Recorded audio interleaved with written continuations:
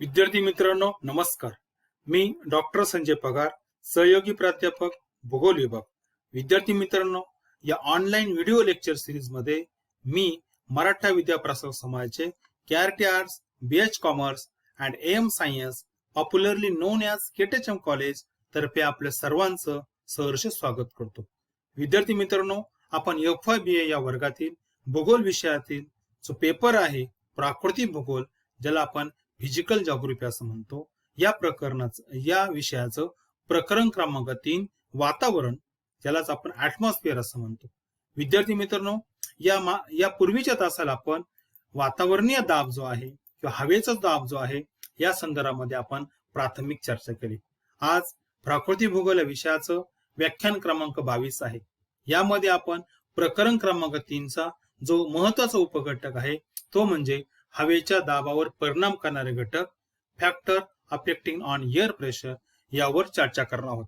विद्यार्थी मित्रांनो, मागील तासाला आपण हवेचा दाब म्हणजे काय किंवा ज्याला वेगळे जे नावं आहेत, वातावरणीय दाब असं म्हणतात, एअर प्रेशर आपण म्हणतो, याबद्दल आपण सविस्तर चर्चा केली.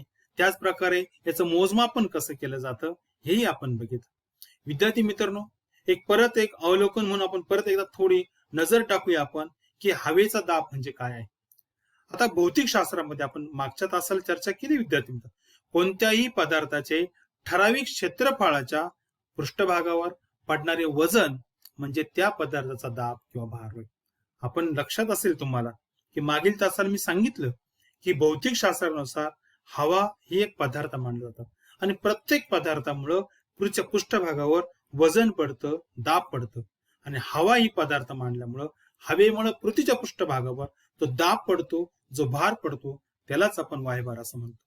आणि यही मी बघितलं की हवेचा दाब मोजण्यासाठी इंच, पाऊंड किंवा मिलीबार हे एकक वापरतात. आणि मी सांगितलं मागच्या तासाला की साधारणपणे 1940 नंतर जगामध्ये मिलीबार हे एकक अनेक देशांमध्ये वापरलं जातं आणि भारतामध्ये सुद्धा हेच एकक आपण हवेचा दाब मोजण्यासाठी वापरत आहोत. त्या ठिकाणी तुम्ही कधीही बघा की ज्या वेळेला तुम्ही टीव्ही असेल, रेडिओ असेल, वर्तमानपत्र असेल, या ठिकाणी ज्या वेळेला तुम्ही वातावरणाबद्दल किंवा हवामानाबद्दल काही माहिती दिली असेल, त्यामध्ये ज्या वेळेला हवेच्या दाबाचा उल्लेख होतो त्यावेळेला यासाठी एकक वापरलं जातं, ते म्हणजे मिलीबार. हे तुम्ही लक्षात ठेवा. आता परंतु मी सांगितलं की मागच्या तासाला मी जाता जाता शेवटी सांगितलं होतं की जगामध्ये सर्वीकडे तुम्ही कुठेही गेला त्या ठिकाणी तर समुद्र सपाटीपासून जसजसं तुम्ही वरती जाल किंवा दुसरीकडे जाल त्या ठिकाणी ऋतुमानानुसार असेल, स्थळानुसार असेल, काळानुसार असेल, सर्वीकडे वातावरणाचा दाब, हवेचा दाब हा सारखा नसतो. त्याच्यामध्ये भिन्नता असते, त्याच्यामध्ये वेगळेपणा असतो, तो सारखा नसतो. तो प्रदेशानुसार बदलतो, ऋतुमानानुसार बदलतो.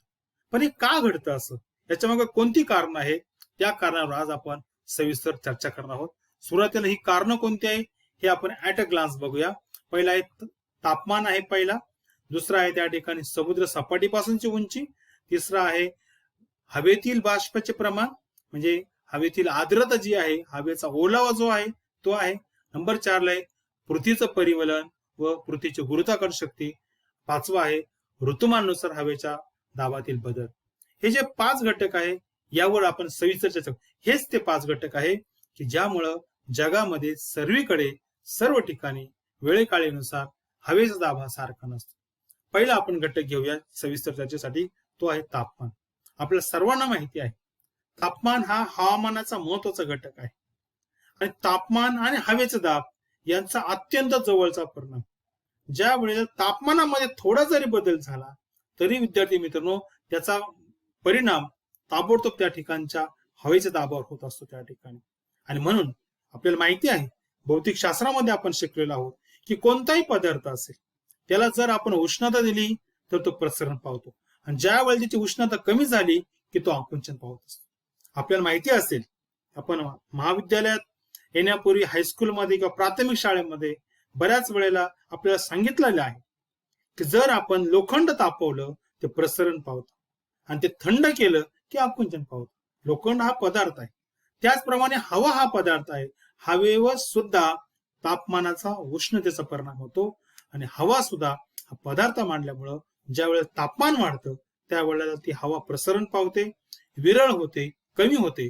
आणि ती ज्या वेळेला प्रसरण पावते, विरळ होते, हलकी होते, त्यावेळेला ती वातावरणाच्या वरच्या थरात निघून जाते. मग काय होतं की ज्या ठिकाणी दाब होता तो दाब विद्युत कमी होतो आणि तो दाब त्या ठिकाणी कमी झाल्यामुळं, कारण का कमी झाली, कारण हवा जी आहे ती वरती जाते. आता आपण बघूया त्या ठिकाणी एक तुम्हाला त्या ठिकाणी आकृतीच्या द्वारे एक उदाहरण स्पष्ट करून सांगतो. हे बघा, सूर्यापासून आता बघा जगामध्ये सर्वीकडे तापमानाची तीव्रता सारखी नाही. आपल्याला माहिती आहे की ध्रुवीय प्रदेशामध्ये तापमान खूप कमी आहे.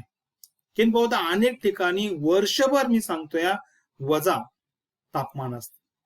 आणि या उलट विषुववृत्तावर जर बघितलं तुलनेने तापमान जास्त आढळतं. वर्षभर त्या ठिकाणी तापमान जास्त आढळतं. आपल्या भारतामध्ये तरी उन्हाळ्यामध्ये, हिवाळ्यामध्ये, पावसाळ्यामध्ये तापमानामध्ये प्रचंड हे असतं. आपल्याला माहिती असेल की हिमालयासारख्या प्रदेशामध्ये हिवाळ्यात तापमान वजा मायनस वर जातं त्या ठिकाणी. आणि राजस्थानमध्ये तर उन्हाळ्यामध्ये तापमान 50 पर्यंत जातं, 45, 47. आपल्या नाशिकमध्ये नाही पण मालेगावला सुद्धा, बसवळ असेल, मालेगाव असेल, जळगाव या ठिकाणी सुद्धा उन्हाळ्यामध्ये तापमान हे 45 ते 48 पर्यंत जातं. याचा अर्थ काय, आपल्याकडे ऋतुमान परंतु विषुववृत्तावर मात्र विद्यार्थी मित्रांनो वर्षभर सूर्यकिरण जे लंबवर पडतात त्याच्यामुळे काय होतं की त्या ठिकाणी तापमान जास्त पडतं. त्या ठिकाणी तापमान, आणि ज्यावेळी आता विषुववृत्तावर काय होतं, या ठिकाणी तापमान जास्त असल्यामुळं तिथली हवा तापते आणि ती त्या ठिकाणी वातावरणाच्या वरच्या थरात जाते. तिथलं भूपृष्ठावरचं वजन त्या ठिकाणी कमी होतं, ती हलकी होते, विरळ होते. परंतु या उलट ज्या वेळेला परिस्थिती आपण बघितली की आपण थोडस ध्रुवाकडे जाऊ, ध्रुवाकडे तुलनेने विषुववृत्ताच्या तुलनेने तापमान खूपच कमी आहे. परिणामी त्या ठिकाणची हवा जी आहे ती तापत नाही, उलट ती आकुंचन पावते. आकुंचन पावल्यामुळे काय होते, ती जड होते, तिची घनता वाढते. आणि घनता वाढल्यामुळं आणि त्या प्रदेशामध्ये की ध्रुवीय प्रदेशामध्ये जी गुरुत्वाकर्षण शक्ती आहे त्यामुळं ती घनता, ती हवा जी आहे आकुंचन पावल्यामुळं, जड झाल्यामुळं ती खाली येते आणि त्यामुळे त्या ठिकाणचा हवेचा दाब वाढतो. म्हणजे याचा अर्थ काय आहे की तापमान बदललं की लगेच हा त्याचा डायरेक्ट परिणाम हा हवेच्या दाबावर होतो. म्हणून या ठिकाणी लक्षात ठेवायचं की हवा आणि तापमान यांचा अत्यंत जवळ संबंध आहे. ज्या वेळेला विद्यार्थी हवा तापमान वाढतं त्यावेळेला त्या ठिकाणची जी हवा आहे ती तापते, ती विरळ होते, हलकी होते, वातावरणाच्या वरच्या थरात जाते, परंतु त्या ठिकाणचा दाब काय होतो, कमी होतो. या उलट तापमान जर कमी झालं तर काय होतं, तापमान कमी झाल्यामुळे ती जी हवा आहे ती आकुंचन पावते, जड होते, तिची घनता वाढते आणि ती त्या ठिकाणी खाली येते, परिणामी त्या ठिकाणचा दाब वाढतो. म्हणजे अशा प्रकारे तापमान आणि हवा म्हणजे तापमान आणि हवेचा दाब या मधला जो संबंध आहे तो त्या ठिकाणी निगेटिव्ह आहे. निगेटिव्ह याचा अर्थ तापमान ज्या वेळेला वाढतं त्यावेळेला हवेचा दाब कमी होतो, इकडे वाढतो इकडे कमी होतो, आणि तापमान वाढलं की हवेचा दाब त्या ठिकाणी काय होतो, जास्त होतो. दोघांमध्ये निगेटिव्ह संबंध आहे, हे त्या ठिकाणी लक्षात ठेवायचं. त्याच्यानंतर आणि याच्याचमुळे जगामध्ये सर्वीकडे पृथ्वीच्या पृष्ठभागावर जे तापमान आहे ते सारखं नाही, ते कमी जास्त आहे. आणि याच कारणामुळे विद्यार्थी मित्रांनो जगामध्ये सर्वीकडे हवेचा दाब, वातावरणीय दाब हा सारखा नाही. हा जर सर्वीकडे तापमान सारखं असतं तर विद्यार्थी मित्रांनो सर्वीकडे दाब सारखा असता, पण तसं नाही आहे. आपल्या भारतामध्ये सुद्धा बघा त्या ठिकाणी सर्वीकडे तापमान सारखं नाही. म्हणजे बघा की हिमालयामध्ये काश्मीर असेल, त्या ठिकाणी सिमला असेल, दार्जिलिंग असेल, त्या ठिकाणी बऱ्याच वेळा बर्फ पडतो, त्या ठिकाणी बर्फाचा वर्षाव होतो. आपल्याकडे हिवाळ्यात एखादा काही अपवाद सोडले तर आपल्याकडे बर्फाचा वृष्टी होत नाही त्या ठिकाणी. कशामुळे त्या ठिकाणी तापमान कमी जास्त आहे. हा झाला पहिला घटक. दुसरा महत्वाचा घटक आहे समुद्र सपाटीपासूनची उंची. आता विद्यार्थी मित्रांनो आपल्याला माहिती आहे की कोणत्याही ठिकाणी जा तुम्ही, समुद्र सपाटी जी आहे ती 0 मीटर मानली जाते. ती उंची जी आहे या ठिकाणी समुद्राच्या एकदम किनारी ती 0 मानली जाते. तुम्हाला माहिती असेल त्या ठिकाणी मुद्दाम तुम्हाला एक सांगतोय ना की भारतामध्ये जी जगाची म्हणजे भारतामध्ये वेगळ्या ठिकाणाची जी उंची मोजली त्यासाठी बेस जो आहे तो म्हणजे चेन्नई या ठिकाणची समुद्र किनारपट्टी आहे, ती 0 मानली जाते त्या ठिकाणी. आणि तिथून मग आपण संपूर्णपणे भारतामध्ये आपले कळसुबाई असेल, नाशिक असेल, सर्वीकडे आपण उंची जी मोजली आहे ती त्या ठिकाणी ती ग्राह्य मांडलाय. म्हणून समुद्र सपाटी जवळ किनारपट्टी जवळ जी उंची आहे ती 0 त्या ठिकाणी लक्षात ठेवायची. आता आपण हे 0 आहे समुद्र सपाटीपासून जसजसं आपण समुद्र सपाटीपासून उंच जाऊ तसं त्या ठिकाणी तापमानही कमी होतं, हवाही विरळ होते आणि परिणामी हवेची घनता कमी होते. आणि हवेची घनता कमी झाली म्हणजे याचा अर्थ त्या ठिकाणी जिथून जसं आपण वरती जाऊ, एकदा हवा विरळ झाली, हलकी झाली, घनता कमी झाली की तिचं त्या ठिकाणी दाब कमी होतो. म्हणजे या ठिकाणी आपण समुद्र सपाटीपासून, आणि सर्वात आता तुम्ही म्हणाल की मग समुद्र सपाटी जवळ 0 मीटर उंचीवर का बरं हवेचा दाब जास्त आहे? त्याचं एकमेव कारण आहे विद्यार्थी मित्रांनो, की ज्या वेळेला तुम्ही शून्य सपाटी तेव्हा अनेक वातावरण थर आहे. आपण बघितलं, मग तपांबर असेल, सितांबर असेल, ओझनांबर असेल, दलांबर असेल किंवा बाह्यावरण असेल, अनेक प्रकारचे थर आहेत. ही सर्व थर त्या खाली आहे. पण ज्या वेळेला तुम्ही वरती जातात, म्हणजे 11 किलोमीटर पण जाता, याचा अर्थ काय झाला, तपांबर संपला, म्हणजे तपांबरामधले जे वजन आहे ते कमी होतं त्या उंचीवर. अजून तुम्ही 80 किलोमीटर उंचीवर गेलात, सितांबर संपतो. म्हणजे अशा प्रकारे 500 किलोमीटर गेल्यावर तिसरा थर. मग जसं उंच होत तसं त्या ठिकाणी काय होतं, वातावरणाचा थर कमी होतो. आणि आपल्याला माहिती आहे की जी जड वायू आहे, धुलीकण आहे, बाष्प आहे, हे साधारणपणे पृथ्वीच्या पृष्ठभागाजवळ जास्त आहे. कारण पृथ्वीच्या जवळ आपल्याला माहिती आहे गुरुत्वाकर्षण शक्तीमुळे त्या ठिकाणी संपूर्णपणे जे जड आहे, ज्याची घनता जास्त आहे, हे पृथ्वीनं त्या ठिकाणी गुरुत्वाकर्षण शक्तीमुळे खेचून धरलेलं आहे. आणि त्याच्यामुळं आपल्या लक्षात येईल की जे कार्बन डाय मोनॉक्साईड असेल, कार्बन डायऑक्साईड असेल किंवा जे जड वायू आहेत, जे वातावरणामध्ये, हे संपूर्णपणे त्यांची घनता जास्त असल्यामुळं, वजन जास्त असल्यामुळं ते पृथ्वीच्या पृष्ठभागाजवळ येतात, ज्याला आपण समुद्र किनारपट्टी जवळ जिथं शून्य आपण मानतो त्या ठिकाणी येतात. म्हणून त्या ठिकाणी उंची, त्या ठिकाणी हवेचा दाब जास्त आहे. आणि जसं आपण वरती जाऊ विद्यार्थी मित्रांनो, तसं हवेचा थर कमी होतो, हवेमधलं जे वायू आहे त्यांचं प्रमाण कमी होतं, डस्ट कमी होते, धुळीचे कण कमी होतात, वाफ तयार कमी होते त्या ठिकाणी. म्हणून हवा त्या ठिकाणी वरती गेल्यानंतर, वातावरणाच्या वरच्या थरात गेल्यानंतर, समुद्र सपाटीपासून अति उंचावर गेल्यावर हवा त्या ठिकाणी विरळ होते. हे त्या ठिकाणी लक्षात ठेवा. आता सर्वसाधारणपणे मग दर काय आहे, म्हणजे किती वरती गेल्यावर किती मिलीबार त्या हवेचा दाब कमी होईल. एक सर्वसाधारणपणे आतापर्यंत संशोधन झालं, एक सरासरी काढली, साधारणपणे 108 मीटर उंच आपण गेलो तर या कालावधीमध्ये, एवढ्या अंतरामध्ये 13.6 मिलीबारने हवेचा दाब हा कमी होतो. हे एक जनरलायझेशन आहे त्या ठिकाणी. याचा अर्थ असा नाही की सर्व ठिकाण तेवढंच, त्या ठिकाणचे बाकीचे घटक महत्वाचे आहेत. पण आपण सामान्य परिस्थिती लक्षात घेतली तर 108 मीटर उंचीला 13.6 मिलीबार इतका दाब कमी होतो. आता आपण बघूया त्या ठिकाणी एक उंचीनुसार दाब जो कमी होतो त्याचा एक तक्ता बघूया आपण त्या ठिकाणी. आता या तक्त्यामध्ये तुम्हाला दोन गोष्टी दिल्या. एक पहिल्यांदा आहे समुद्र सपाटीपासून उंची आहे, म्हणजे 0 आपण मानूया समुद्र सपाटीला, तिथून उंची मीटर मध्ये आहे. आणि किती उंचीवर हवेचा दाब किती मिलीबार आहे ते आपण याच्यामध्ये बघा. ज्या वेळेला 0 मीटर उंची असते समुद्र सपाटीला, त्यावेळेला हवेचा दाब असतो 1013.2 मिलीबार इतका असतो. तुम्ही 1000 मीटर उंचीवर गेलात त्या ठिकाणी सरासरी हवेचा बार आहे 898.7 मिलीबार आहे.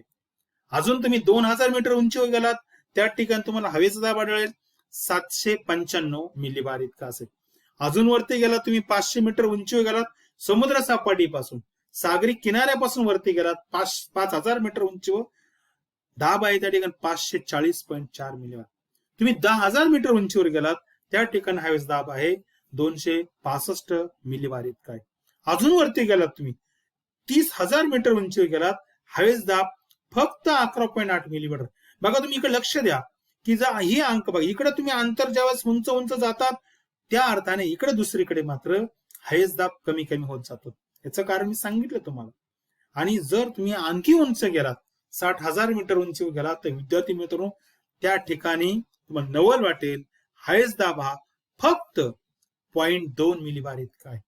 म्हणून या तक्त्यामध्ये तुम्हाला सहज लक्षात येईल पृथ्वीच्या पृष्ठभागापासून, समुद्र सपाटीपासून जसं आपण उंच जाऊ तसं हवेचा दाब कमी होत जातो. म्हणून तुम्ही हवेचा दाब कुठं मोजतात, कोणत्या उंचीवर मोजतात, त्यानुसार त्या ठिकाणी हवेचा दाब कमी झालेला असतो. कारण वातावरण जे आहे, वातावरणामध्ये जे हवेचे जे जास्त घटक आहेत ते पृथ्वीच्या पृष्ठभागाजवळ अधिक आहे.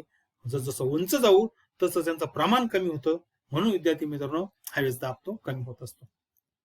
तिसरा महत्वाचा घटक आहे की हवेमधील बाष्पाचं प्रमाण किती आहे. आर्द्रता किती आहे त्या ठिकाणी.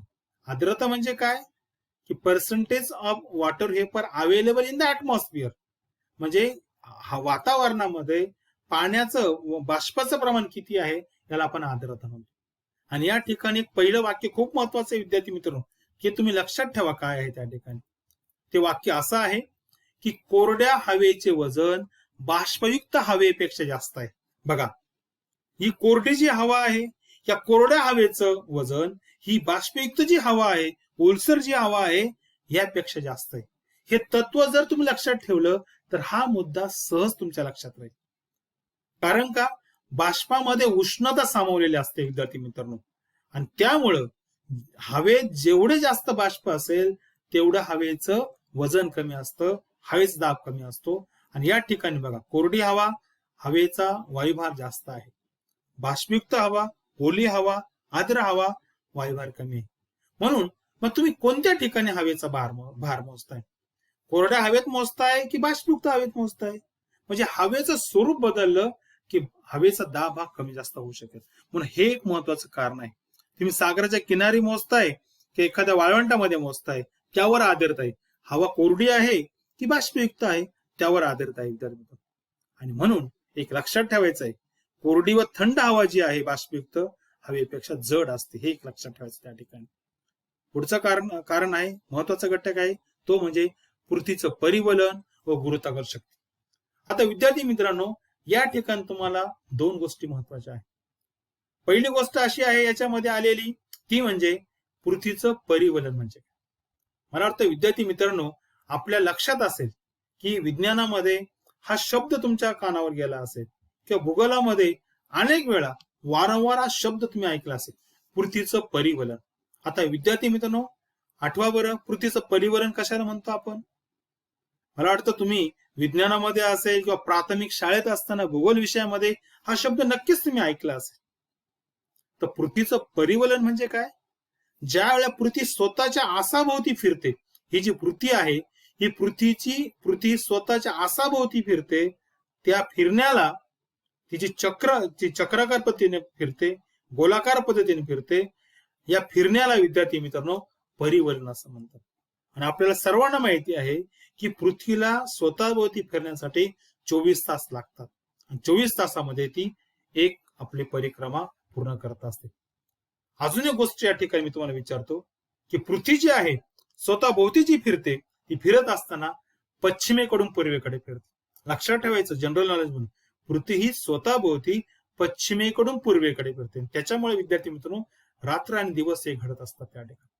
मग आता याचा संबंध आपल्याकडे आहे, आपल्या दाबाशी आहे, की ज्या वेळेला पृथ्वी स्वतःभोवती फिरते विद्यार्थी मित्रांनो, त्यावेळेला फिरत असताना तिच्या आसाभोवती जी हवा आहे, विशेषतः विषुवृत्तावरची हवा आहे, ती आजूबाजूला फेकली जाते.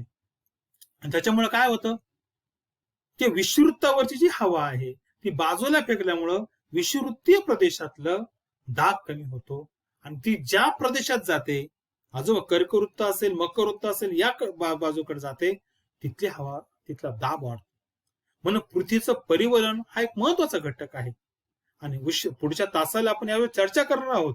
कमी दाबाचे पट्टे, जास्त दाबाचे पट्टे का तयार होत त्याच्यावर आपण चर्चा करणार आहोत. त्यावेळेला हा संदर्भ मी तुम्हाला परत देईल. फक्त आता इतकं लक्षात ठेवा, पृथ्वीचं परिवलन ज्या वेळेला होतं, पृथ्वी स्वतःभोवती फिरत असते, त्याच्यातून त्यावेळेला ज्या ती आसाभोवती फिरते, विशेषतः विषुवृत्तीय प्रदेशामध्ये, तिथली हवा बाजूला फेकली जाते, त्याच्यामुळे तिथला दाब कमी होतो, आणि ती हवा ज्या ठिकाणी जाते तिथला दाब वाढतो. हे पहिलं कारण आहे. आता दुसरं कारण आहे गुरुत्वाकर्षण शक्ती. गुरुत्वाकर्षण शक्ती आपल्याला माहिती आहे, न्यूटनने सांगितलेलं आहे. यावर मी आता अधिक बोलत नाही, आता आपला संदर्भ वेगळा आहे. या ठिकाणी पृथ्वीवर गुरुत्वाकर्षण शक्ती आहे. आता पृथ्वीच्या पृष्ठभागाजवळ तुम्ही जसजसं जाल पृथ्वीच्या जवळ पृष्ठभागात, तशी गुरुत्वाकर्षण शक्ती असते. पण पृथ्वीच्या पृष्ठभागापासून उंचावर गेलात, या ठिकाणी पर्वत आहे, तुम्ही या पर्वताच्या टोकावर गेलात, तुलनेने त्या ठिकाणी गुरुत्वाकर्षण शक्ती कमी आढळेल. आणि गुरुत्वाकर्षण शक्ती कुठं आहे? याच्या पायथ्याशी, त्याच्या खाली आहे त्या ठिकाणी. म्हणून हा एक महत्वाचा घटक आहे की तुम्ही जो हवेचा दाब मोजता तो कुठं मोजतात. जर तुम्ही पृथ्वीच्या पृष्ठभागाजवळ मोजला तर गुरुत्वाकर्षण शक्तीमुळे, मी सांगितलं तुम्हाला आधी सांगितलं, परत एकदा सांगतो की तिच्या गुरुत्वाकर्षण शक्तीमुळे जे जड कण आहे ते आकर्षले जातात, ते खाली खेचले जातात आणि त्याच्यामुळे पृष्ठभागावर स्थिर होतात. म्हणजे कार्बन डायऑक्साईड असेल, कार्बन मोनॉक्साईड असेल किंवा जे जड आहे म्हणजे धुलीकण असेल, त्या ठिकाणी बाष्प, हे जे ज्याची घनता जास्त आहे, ज्याचं वजन जास्त आहे, हे गुरुत्वाकर्षण शक्तीमुळे विद्यार्थी मित्रांनो पृथ्वीच्या पृष्ठभागाजवळ वातावरणाच्या खालच्या थरामध्ये ते स्थिर होतं. आणि म्हणून त्या ठिकाणी हवेचा दाब, वातावरण दाब जास्त आहे. आणि म्हणून तुम्ही पर्वतीय प्रदेशामध्ये पायथ्याकडून माथ्याकडे जाल तसं विद्यार्थी मित्रांनो त्या ठिकाणी दाब हा कमी होत जातो. म्हणून या ठिकाणी ही जी केंद्रस्थानी प्रेरणा आहे, त्या ठिकाणी या केंद्रस्थानी प्रेरणा जी पृथ्वीच्या परिवलन गतीमुळे तयार होते, परिवलनामुळे तयार होते, याच्यामुळं या विषुववृत्तीय प्रदेशातील हवा बाजूला फेकली जाते, तिथला दाब कमी होतो आणि ज्या ठिकाणी ती जाते त्या ठिकाणचा दाब हा वाढत जातो. हे पुढचं आहे. आणि शेवटचा घटक या ठिकाणी बघूया आपण, ऋतुमानानुसार सुद्धा हवेच्या बदलामध्ये विद्यार्थी मित्रांनो बदल होत असतो. आणि आपल्याला सर्वांना माहिती आहे, जरी भारतामध्ये 3 ऋतू आहे, पण जर जगाचा विचार केला ना विद्यार्थी मित्रांनो, तर उन्हाळा आणि हिवाळा हे 2च ऋतू आहेत. आपल्याकडे आपण मोसमी हवामानच्या प्रदेशात येतो आणि ज्या काळात पाऊस पडतो त्याला आपण पावसाळा असं म्हणतो. जर तुम्ही अमेरिकेमधल्या एखाद्या मुलाला विचारलं की किती ऋतू आहेत तुमच्याकडे, तर तो उत्तर देईल उन्हाळा आणि हिवाळा. आपल्याकडे मात्र उत्तर मिळेल उन्हाळा, हिवाळा, पावसाळा. पण आपण या ठिकाणी 2 ऋतूचा विचार करूया त्या ठिकाणी. आता बघा, आता ऋतू जे होतात आपल्याला माहिती आहे की उन्हाळ्यामध्ये तुलनेने तापमान जास्त असते, या वेळेत हिवाळ्यामध्ये तुलनेने तापमान कमी असते. आणि दुसरी गोष्ट सांगतो मी, उन्हाळ्यामध्ये दिवसाचा कालावधी सुद्धा विद्यार्थी मित्रांनो जास्त असतो, तुलनेने हिवाळ्यामध्ये दिवसाचा कालावधी कमी असतो. थोडं आठवा जरा तुम्ही की उन्हाळ्यामध्ये दिवस किती वाजता उजडतो आणि हिवाळ्यामध्ये किती वाजता उजडतो. हिवाळ्यामध्ये कधी कधी 6:30-7 वाजतात, 7:30 वाजतात, त्यानंतर आपल्या सूर्याचं दर्शन होतं. आणि उन्हाळ्यामध्ये विद्यार्थी मित्रांनो 6 पूर्वी सुद्धा आपल्याला सूर्याचं दर्शन होतं. म्हणजे याचा अर्थ काय झाला, उन्हाळ्यामध्ये दिवसाचा कालावधी जास्त असतो, रात्रीचा कालावधी कमी असतो.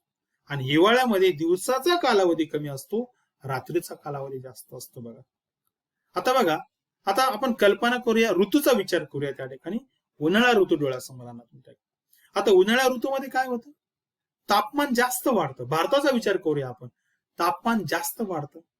विशेषतः राजस्थानमध्ये जर तुम्ही बघितलं की उत्तर भारतामध्ये राजस्थान वगैरे तो जो भाग आहे, त्या ठिकाणी मे महिन्याच्या शेवटी तापमान इतकं वाढतं, परिणामी त्या ठिकाणची हवा तापते, ती हवा वरती जाते, कमी दाबाचा पट्टा तयार होतो. आणि त्याच कारणामुळे विद्यार्थी मित्रांनो आपल्याकडे दक्षिणेकडून वारे त्या ठिकाणी आकर्षले जातात. ते बाष्पयुक्त वारे जे आहे, ज्याला आपण मोसमी वारे असं म्हणतो, नैऋत्य मोसमी जे वारे जे आहेत ते त्या ठिकाणी आकर्षले जातात आणि म्हणून आपल्याकडे पावसाळा. म्हणून यामागे कारण आहे. आणि म्हणून कमी दाबाचा पट्टा तयार होतो, तो कधी तयार होतो, तो उन्हाळ्यामध्ये होतो, उन्हाळ्याच्या शेवटी होतो आणि त्याच्यामुळे आपल्याकडे वारे वाहतात. म्हणजे हे कारण आहे. उन्हाळ्या ऋतूमध्ये तुलनेनं वातावरणीय दाब हा कमी असतो, हवेचा दाब कमी असतो. या उलट तुम्ही हिवाळ्याकडे या, हिवाळ्यामध्ये काय होतं, तुलनेनं तापमान कमी असतं, तर परिणामी हवा कमी तापते, वातावरण कमी तापतं. त्याच्यामुळे वातावरणाच्या वरच्या थरामध्ये जी हवा जाते, जी विरळ हवा आपण म्हणूया त्या ठिकाणी, हलकी हवा तुलनेने कमी होते, कमी प्रमाणात जाते. बरीचशी हवा त्या ठिकाणी आकुंचन पावल्यामुळं, हवेचं आकुंचन झालेल्यामुळं त्या ठिकाणी ती वातावरणाच्या खालच्या थरामध्ये आढळतं. आणि परिणामी हिवाळ्यामध्ये विद्यार्थी मित्रांनो तुम्हाला असं सहज जाणवेल की हवेचा दाब जास्त असतो. म्हणजे ऋतुमानानुसार हवेचा दाब, आणि हेच कारण पुढं कमी दाबाचा पट्टा, जास्त दाबाचा पट्टा तयार होतो, त्यानुसार वारे हे वाहत जातात. म्हणून विद्यार्थी मित्रांनो आता याच्यानुसार आपल्याला जगामध्ये हवामान म्हणजे हवेच्या दाबाचं वितरण कसं आहे, साधारणपणे जर विचार केला जगाचा, जगामध्ये 7 म्हणजे हवेच्या दाबाचे पट्टे आढळतात, कमी जास्त अशा प्रकारे. कोणते आहेत ते, का तयार होतात, पृथ्वीचा असा कोणता पृष्ठभाग आहे की ज्या ठिकाणी कमी दाबाचा पट्टा आहे, काही ठिकाणी जास्त दाबाचा पट्टा आहे, आणि तो निर्माण होण्यामागं नेमकं कारण काय आहे हे आपण पुढच्या तासाला बघूया. या ठिकाणी मी परत थांबतोया, परत पुढच्या तासाला भेटूया. थँक्यू.